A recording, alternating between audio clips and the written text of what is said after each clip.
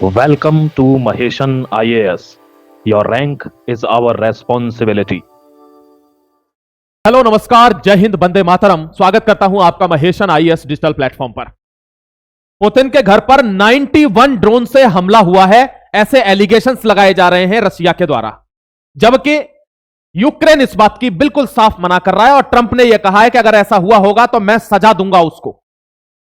लेकिन यह तो देश विदेश की बातें हुई दोस्तों। भारत में क्या हो रहा है? पिछले 6 महीने में 71 घटनाएं ऐसी हुई हैं जो हिंदुओं के खिलाफ हैं, जिसमें हिंदू मारा गया, जिंदा जलाया गया, किसी भी तरीके से उसकी मौत हुई है। अभी एक मार्मिक घटना अभी की तुरंत की आपको बता रहा हूं कि चट्टग्राम में दोस्तों, वहां पर एक घर में, अच्छा घर था, शाह फैमिली थी पिरोजरा इलाके में, और वहां पर क्या हुआ, बांग्लादेश में कपड़ा बड़ी मात्रा में बनता है, वहां उसके घर में कपड़ा भर दिया गया, ठूस कर कपड़ा भर दिया गया, पूरी फैमिली सो रही थी और उस पर ऑयल छिड़क कर आग लगा दी गई और बाहर से दरवाजे बंद करके ताला लगा दिया गया।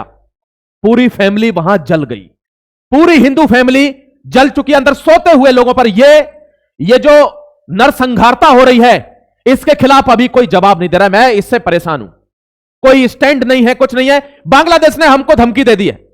यह आर्टिकल आपको इसलिए भी देखना है कि इस आर्टिकल में एक नहीं, इसमें ऑपरेशन गांडीव की भी बात होगी, इसमें एक्सपोज होगा पाकिस्तान, इसमें बांग्लादेश की पाकिस्तान से यारी है और हिंदुओं की क्या स्थिति है, क्या बांग्लादेश ने हमको धमकी दी है, यह सारी चीजें इस कॉन्टेक्स्ट में मैं यहां डिस्कस करने जा रहा हूं।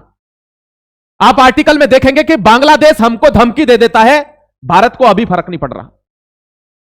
आप देखिए, भारत ऑपरेशन गांडीव जारी करता है और उससे पहले ह्यूमन राइट्स वाले आ जाते हैं, उससे पहले वो लोग आ जाते हैं, ये तो हमारी आजादी का हनन है।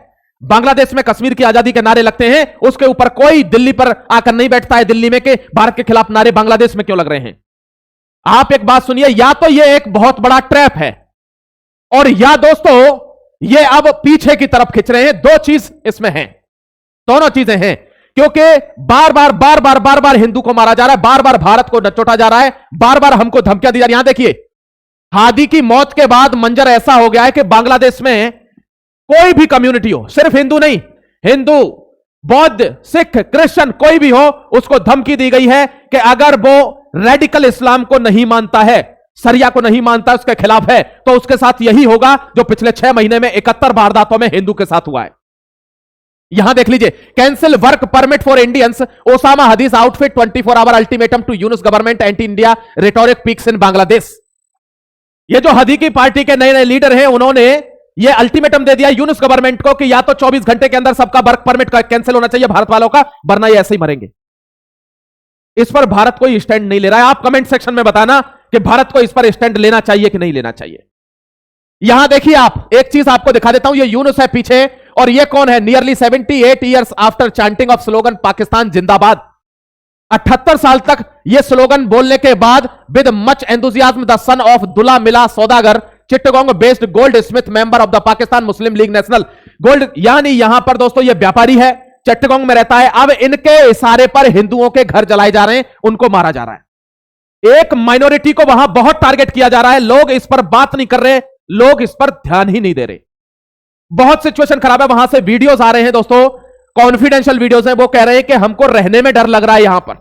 भारत को या तो एक्शन लेना चाहिए कि उनका वेलकम करे, या फिर उनके लिए वहीं कुछ व्यवस्था, कुछ कठोर निर्णय लेने होंगे, वरना यह स्थिति बहुत ज्यादा बिगड़ने वाली है, सिविल वॉर की स्थिति है। मैं अपनी तरफ से भारतीय होने के नाते जितने भी बांग्लादेशी हिंदू भाई बहन हैं, उनसे एक रिक्वेस्ट करता हूं कि तुम 1.5 से 2 करोड़ की संख्या में हो, कोई ऐसा माई का लाल देश नहीं बना जब 2 करोड़ लोग अगर रोड पे आ जाएं और वो आपको मार दे।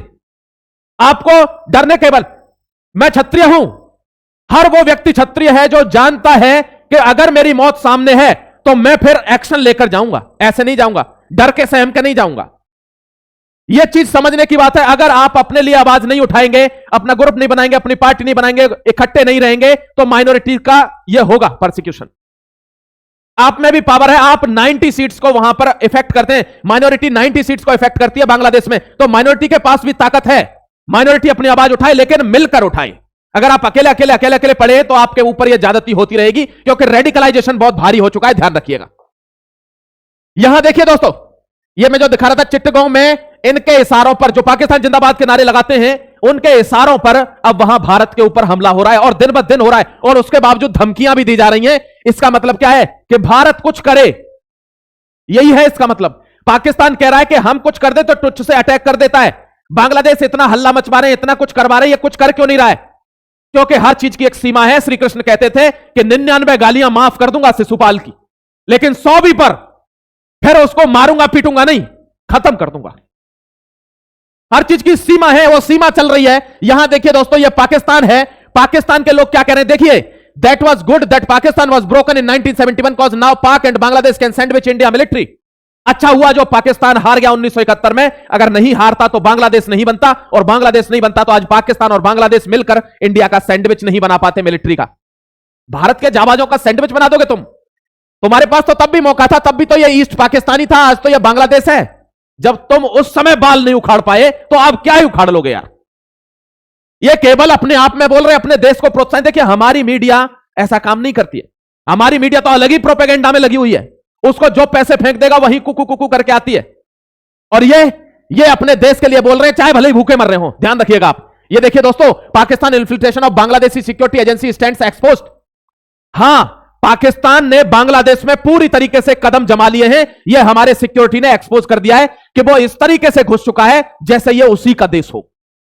यह सच्चाई है, यह ब्रूटल ट्रुथ है, यह एक्सेप्ट करना पड़ेगा। अब एक चीज आपको बता देता हूं जो बहुत चिंताजनक है दोस्तों। भारत जो काम कर रहा है ना, वो बहुत ही महंगे हथियारों पर काम कर रहा है। जैसे राफेल हो गया, S-400 हो गया, सुखोई 57 हो गया, पिनाका हो गया। यानी हम महंगे महंगे हथियारों पर बहुत इन्वेस्ट कर रहे हैं, बड़े बड़े हथियार हम ले रहे हैं। अब ध्यान रखना, चाइना और पाकिस्तान का एक रूल बदल गया, यानी वॉरफेयर बदल गए। एक समय वो था जब तलवारों से लड़ाई होती थी दोस्तों। एक समय वो होता था कि जिसकी सेना जितनी बड़ी है वही ताकतवर है।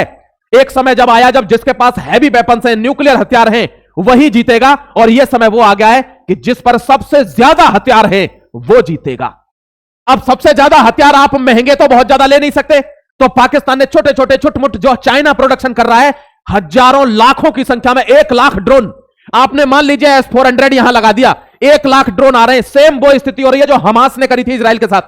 5000 एक तरफ से 5000 रॉकेट गए थे। कितने इंटरसेप्ट करेगा कोई? क्या आपके पास इतने सिस्टम हैं? एक सिस्टम खरीदने में बिलियनों डॉलर जाता है।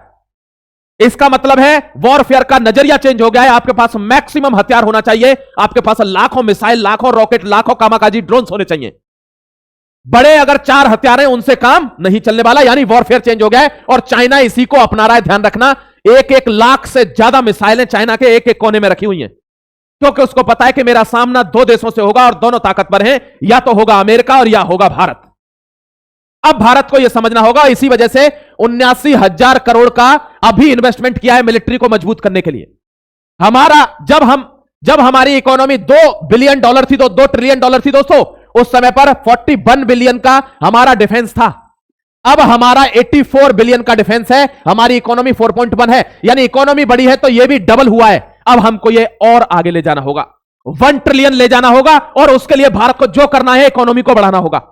क्योंकि आपके पास अगर हथियार ज्यादा मात्रा में नहीं है, क्योंकि यह 4 दिन का युद्ध नहीं होगा, 40 घंटे का नहीं होगा जो ऑपरेशन सिंदूर होगा, यह लंबा चलेगा। और लंबे युद्ध के लिए आपको रशिया जैसी पावर चाहिए, अमेरिका और चाइना जैसी पावर चाहिए कि लाखों की संख्या में एक एक हथियार है कि खत्म नहीं होगा। इस ट्रैप में इंडिया को लाया जा रहा है और इंडिया को इसके लिए तैयार रहना चाहिए, ना कि पीछे कदम खींचने के अलावा। अब आपको एक न्यूज बता देता हूं, Russia allegation on retaliation of threat. Russia ने एलिगेशन लगाया है कि 91 ड्रोन से हमला किया है पुतिन के घर पर। यह है दोस्तों रशिया का मंत्री, इसने कहा रिटेलिएट करेंगे, बचेगा नहीं। तुरंत की तुरंत जवाब आया। यह है, कोई पूछता है ना पुतिन का घर कहां है, यह है पुतिन का घर, देख लीजिए। यह वो बंगला है जिस पर 91 ड्रोन से हमला हुआ है, और इसका जवाब देगा। इसका एक भी सबूत मिलता है तो हो सकता है कि यूक्रेन को खत्म ही करना हो, इसलिए यह बात कही गई हो। कोई बड़ी बात नहीं है, क्योंकि पुतिन पीछे हटने वालों में से है नहीं। रशिया एलिगेशन टू रिटेलिएशन, देखिए यहां पर रिटेलिएशन का थ्रेट दिया है, इसको बोल दिया है कि इसने मेरे घर के ऊपर आक्रमण किया है, रिटेलिएट तो हम करेंगे। यह स्टेट टेररिज्म के अंदर आता है, रिटेलिएट हम करेंगे। अब तुम इनका रिटेलिएशन देखना, यह 4 साल से युद्ध लड़ रहा है, फिर भी पीछे नहीं हट रहा। यह ताकत होनी चाहिए आपके डिफेंस में, यह हमको डेवलप करनी पड़ेगी, क्योंकि आपका सामना बड़े लोगों से हो रहा है। यहां देखिए दोस्तों, यह बहुत परेशानी में है, यह कह रहा है ये फॉल्स एलिगेशंस हैं और यह ऐसा कुछ भी नहीं हुआ है। अब रशिया को क्या है, आक्रमण करना है कीव के ऊपर, जो राजधानी है यूक्रेन की, तो इसलिए वो नए प्रोपेगेंडा रच रहा है कि हमारे ऊपर हमला कर दिया गया जिससे हम नई स्ट्राइक्स कर सके यूक्रेन के ऊपर। ये इसका मतलब स्टेटमेंट है रशिया के लिए। पुतिन को ट्रंप ने आश्वासन दिया है कि मैं इस जांच में जाऊंगा। रेस्पॉन्स क्या है? During a phone call with Putin on December 29, president Trump reportedly expressed shock and anger over the एलिज्ड incident. मैं बहुत ही शौक हूं और गुस्सा हूं इस बात पर, अगर ऐसा हुआ होगा तो मैं दूंगा सजा, आप टेंशन मत लेना, क्योंकि ये इसकी भी फटी पड़ी है कि ये कहीं पूरा यूक्रेन खत्म ना कर दे, और यूक्रेन खत्म करेगा तो यूरोप इस पर आक्रमण करेगा और फिर यूरोप वर्सेस रशिया हो जाएगा, यानी वर्ल्ड वॉर शुरू हो जाएगा तीसरा। Third world war will begin. ये इसका डर है, क्योंकि दोस्तों अमेरिका का एक सैनिक भी मरता है ना तो वो तबाही मचा देता है। ये अपने आदमियों को मरने से बहुत डरते हैं, इसलिए ये कभी युद्ध में नहीं जाते, ये दूसरे देशों को लड़वाते हैं। ये चाहता है कि भारत और चीन का युद्ध हो, ये चाहता है यूरोप और रशिया का युद्ध हो जाए, बट मेरा ना हो। लेकिन अब युद्ध इस कगार पर है कि चीन और यूएसए और जापान में युद्ध होगा, और वो थर्ड वर्ल्ड वॉर की निशानी है, ध्यान रखिएगा आप। यहां इसने कहा Trump says is very angry about Ukraine एलिज्ड attack, Putin residents will find out evidence. हम एविडेंस ढूंढेंगे और इसकी सजा देंगे। Russia Ukraine war peace deal चल रही थी, लगभग 90% हो गई थी, और उसके बीच ये एलिगेशन आता है कि इसने पुतिन के घर पर हमला कर दिया। अब ये जाने भाई क्या होगा क्या नहीं होगा, क्योंकि 90% पीस डील में से अब इसकी गारंटी भी खत्म हो रही है। जो यूएस ने गारंटी दे रखी है इसको बचाने की, वो भी खत्म हो रही है, एक्सपायर होने पर आ गई है वो। मैं Delhi hit back, India hit back at Pakistan on minority safety. देखिए यूनाइटेड नेशन में पाकिस्तान भारत पर उल्टा इल्जाम लगा रहा है कि भारत में मुस्लिमों को टारगेट किया जा रहा है, भारत में माइनॉरिटीज को दबाया जा रहा है, वहां पर उनके अधिकार नहीं है, और बांग्लादेश पर इल्जाम लगाया जा रहा है, ऐसा पाकिस्तान कह रहा है यूनाइटेड नेशन। यानी कि उनको पता है कि हम कोई भी काम करेंगे तो हमको कहां कहां बोलना है, पहले से प्री प्लान्ड है सब कुछ, जिससे भारत हम पर पॉलिटिकल प्रेशर ना बना पाए, जियो पॉलिटिकल प्रेशर ना बना पाए कि सब देश हमको बोले कि तुम तो कितने दल्ले हो, तुम तो सबको मार रहे हो अपने देश में। पाकिस्तान में 2% हिंदू नहीं बचा, 2%। आजादी के टाइम पर जब यह बंटवारा हुआ था तब कितने हिंदू थे? 8%। 8% में से 2% नहीं बचे। आज भी वहां हिंदू लड़कियों को जबरदस्ती खींच लिया जाता है और उनका निकाह करवा के और उनको इस्लाम में कन्वर्ट कर दिया जाता है। सिंपल इस्लाम नहीं, radical Islam. Radical Islam is threat. Simple Islam में तो भारत में कितने इस्लामिक लोग नहीं रह रहे, भारत में कितने मुस्लिम नहीं रह रहे, हमारी फौज में मुस्लिम लोग हैं। रेडिकल इस्लाम अभी बांग्लादेश में, मैंने बोला ना आपको, सिर्फ हिंदू नहीं, उन्होंने कहा क्रिश्चियन, बौद्ध, जैन, पारसी जो भी होगा, अगर वो रेडिकलाइजेशन को नहीं मानता है तो उसका यही असर होगा जो ये करवा रहा है, क्योंकि ये निहायती रेडिकल है। ये ध्यान रखना आप। यहां देखिए, cancel work permit for Indians, Osama Hadis outfit ultimatum. Bangladesh government को अल्टीमेटम दिया है कि या तो इनके वर्क परमिट कैंसिल करो, नहीं तो यही होगा जो हो रहा है, ध्यान रखिएगा। ये कब से हुआ है? जब उस्मान हदी मरा। उस्मान हदी का इल्जाम जबरदस्ती भारत के ऊपर लगा रहे हैं, जबकि वहीं के लौंडे लपाड़ों ने मार दिया है उसको, उसके साथ वालों ने, राजनीतिक दावपेच के चक्कर में। अब इसको मौका नहीं मिल रहा है तो यह भारत को ढूंढ रहा है कि भारत के ऊपर इल्जाम लगाकर भारत के ऊपर पाकिस्तान करवा रहा है। ये देखिए, मैं आपको वो मार्मिक दृश्य दिखा रहा हूं। ये जो औरत है इसको तस्लीमा नसरीन कहते हैं दोस्तों, ये बांग्लादेश के बड़े लोगों में से है, अच्छी राइटर है, एक्टिविस्ट है, और ये जो है, ये लोग बांग्लादेश छोड़ चुके हैं। इसका ट्वीट आया है कि बांग्लादेश में हिंदुओं के साथ जो हो रहा है वो मानसिकता दिखाता है रेडिकल इस्लाम की, the dam mentality of radical. यहां पर देखिए, हाउस ऑफ 7 हिंदू फैमिली बर बर्न्ट। 7 लोगों का तो पिछले महीने में घर जलाया जा चुका है। 71 घटनाएं हो चुकी हैं पिछले 6 महीने में हिंदुओं के खिलाफ, भारत के खिलाफ बांग्लादेश में। ये देखिए, घर में कपड़ा ठूंस कर आग लगा दी गई है दोस्तों। यहां पुलिस क्या कर रही है? कुछ नहीं कर रही, नथिंग। पुलिस कुछ नहीं कर रही वहां की, केवल 2 लोगों को, 4 लोगों को गिरफ्तार करती है और पीछे की खिड़की से निकाल देती है, क्योंकि पुलिस किसकी है? यूनुस की। मैंने फिर बोल रहा हूं आपको, बांग्लादेश को अब मित्र मत लीजिए। Bangladesh is no longer a friend anymore. मित्र मत लीजिए, अब उसको शत्रु की तरह ट्रीट कीजिए, तब आपका कुछ हो पाएगा। भारत ने ऑपरेशन गांडी भी जो है वो लॉन्च कर दिया है, यानी नेट ग्रिड। नेट ग्रिड का मतलब क्या है आप देख लीजिए, मैं आपको बताता हूं। अभी आपने ऑपरेशन आघात देखा होगा, लॉन्च किया था, धड़ाधड़ गिरफ्तारी हुई थी, 1300 लोग डिटेन किए गए और 660 से ऊपर डायरेक्ट जेल में डाल दिए गए, बैड कैरेक्टर्स। अब ऑपरेशन, इसके बाद ऑपरेशन गांडीव आया है। गांडीव का मतलब क्या है? यह भारत है। आपने देखा होगा एनआरसी, एनपीआर, ये सारे जब रोड पर हो रहे थे, अब जब रोड पर हो रहे थे तो इनके खिलाफ प्रोटेस्ट हो रहे थे, चाहे वो शाहीन बाग हो, चाहे कहीं भी हो, वहां ये नहीं चल पाए, क्योंकि सरकार घर में जाकर उनके कागजात देख रही थी, पूछ रही थी, दिखाइए आपका कहां है बाप दादा, आप कहां के रहने वाले हो। अब वो वाला पैंतरा क्या है? ह्यूमन राइट वाले सबसे पहले आ जाते हैं ना, भारत के खिलाफ आएंगे, वैसे नहीं आएंगे। बांग्लादेश में हिंदू मर रहा है, कोई नहीं आया। लेकिन अब इसका काम ही खत्म कर दिया गया है। वेलकम स्टेप है गवर्नमेंट के द्वारा कि नेट ग्रिड से इसको जोड़ा गया, यानी आप जो सिम यूज कर रहे हैं, आपका वोटर कार्ड जो भी है, वोटर कार्ड नेशनल आइडेंटिटी नहीं है, लेकिन वोट वही डालेगा जो नेशनलिस्ट होगा, जो राष्ट्र का बंदा होगा। ये समझना आप, वोटर कार्ड नेशनल आईडी नहीं है, बट वोट भी वही डालेगा जो भारत का ही आदमी होगा। बाहर का आदमी वोटर कार्ड बनाकर वोट नहीं डाल सकता। आपको शॉकिंग न्यूज दे देता हूं, जो सरकार ने जो वेरिफिएबल वोट्स का डेटा निकाला है उसमें भारत की आबादी 119 करोड़ है। 119 करोड़, और अभी 141 करोड़ लोग हैं। आप बताइए कहां गए ये 22 करोड़ लोग? यानी ये ऑफिशियल डेटा है, टेलीग्राम पर डालूंगा, देखने जाना। 21 से 22 करोड़ लोग यहां फालतू रह रहे हैं। 4 देश बन जाएंगे 22 करोड़ लोगों में। पाकिस्तान की पॉपुलेशन है 22 करोड़, मिडिल ईस्ट के 4 देश बन जाएंगे 22 करोड़ लोगों में। ये भारत में रह रहे हैं इतने लोग। कौन है ये लोग? कहां के हैं ये लोग? अब इनके खिलाफ ऑपरेशन गांडीव चलाए, यानी सरकार की नजर पूरे भारत के हर आदमी पर है कि ये क्या करता है, कौन सी लोकेशन है, कहां से इसको पैसा आता है, कहां इसको जाता है, चाहे वो नेता हो, वो जज हो, चाहे वो कोई भी हो। क्योंकि आतंकवादी का कोई चेहरा नहीं, आपने देखा होगा 20 डॉक्टर पकड़े गए हैं। इसलिए यह गांडीव लॉन्च हुआ है कि अब सरकार खुद पता कर लेगी कि कौन क्या है, कौन नेशनलिस्ट है और कौन बाहर का है। क्योंकि ये 21 करोड़ आदमियों को ढूंढना तो पड़ेगा। ये गायब हैं। भारत की जनसंख्या क्या है? 119 करोड़ केवल वेरिफिएबल लोग हैं भारत के अंदर। मैं फिर आऊंगा एक और नई अपडेट के साथ, तब तक जुड़े रहिए महेशन के साथ। जय Hind, Vande Mataram, God bless you.